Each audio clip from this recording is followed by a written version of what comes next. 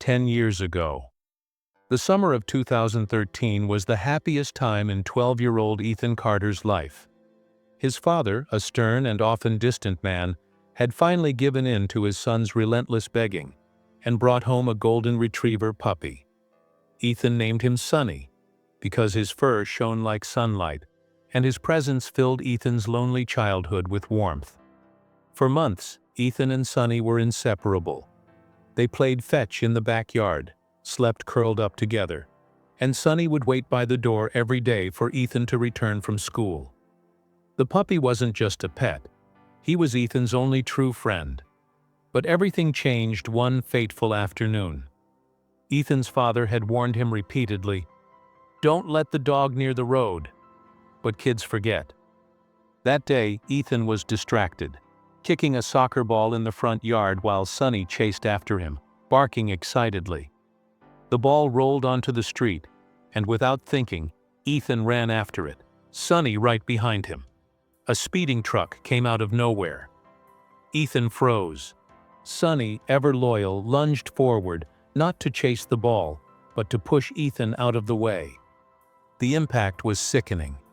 Ethan screamed as Sonny's small body was thrown to the side, limp and lifeless.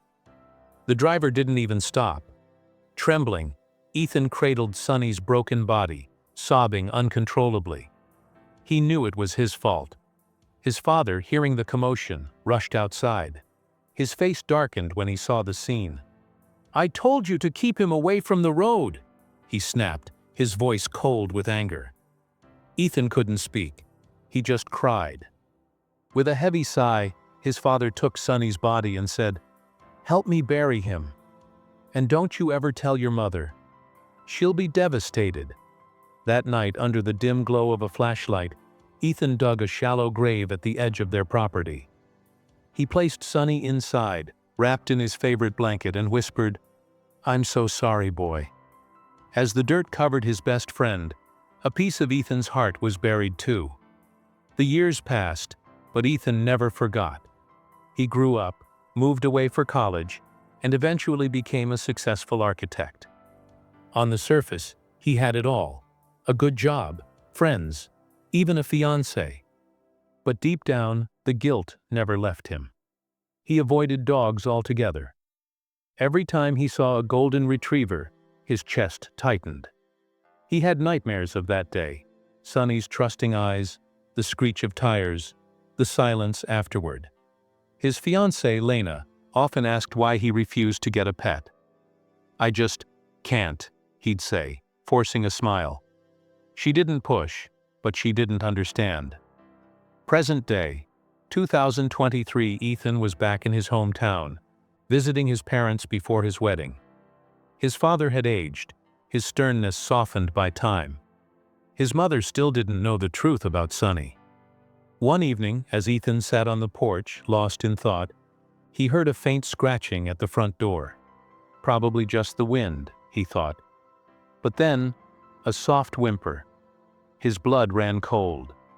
Slowly he stood and opened the door, and there, standing on the porch, was a fully grown golden retriever. The dog looked up at him with familiar warm brown eyes, eyes Ethan would recognize anywhere. "Sonny," Ethan whispered, his voice breaking. The dog's tail wagged weakly. He was thin, his fur matted, but there was no mistaking it. The white patch on his chest, the way he tilted his head just like Sonny used to.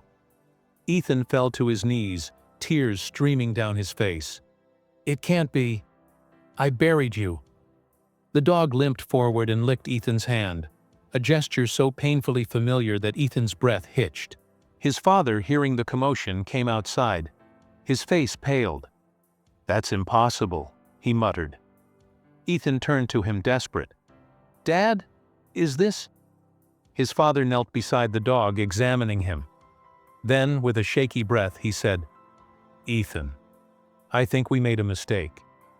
That night, Ethan and his father rushed Sonny, if it really was him, to the nearest 24-hour vet. The vet, after a thorough examination, found something astonishing: an old microchip. "This dog's name is Sonny Carter," the vet confirmed. registered 10 years ago, but according to this, he was reported missing, not—" He trailed off, glancing at Ethan's horrified expression. Ethan's father collapsed into a chair, his face ashen. "I thought he was dead," he admitted, voice trembling. "When I checked his pulse that day, I must have been wrong. He was just unconscious. And when we buried him—" Ethan felt sick. "You mean we buried him alive?" His father didn't answer. He didn't need to. The truth was worse than Ethan could have imagined. Sonny had survived the accident, but in their panic and grief, they had mistaken his unconsciousness for death. And when he woke up underground, Ethan gagged at the thought. But then, how was Sonny here now? The vet, sensing their distress, gently explained. "Dogs are resilient. If the grave wasn't deep, he might have dug himself out. He's been living wild all these years. That would explain the scars, the malnutrition." Ethan looked at Sonny, his heart shattering all over again. "He came back to you," the vet said softly. "After all this time, he still remembered you."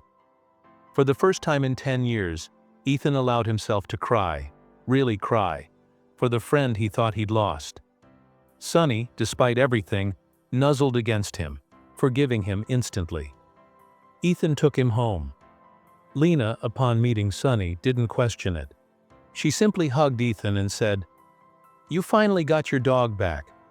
Sonny recovered slowly. His body healed. His spirit, though scarred, was still the same loyal, loving soul Ethan remembered. And Ethan? He made a vow to never take a single moment for granted again. Because some bonds, even death can't break. A year later, on a sunny afternoon, Ethan sat in his backyard, watching his toddler daughter giggle, as Sonny, now old but happy, licked her face. Lena smiled, squeezing Ethan's hand. "He waited for you," she said. "All those years, just to come home." Ethan nodded, his eyes wet. "And I'll never let him go again."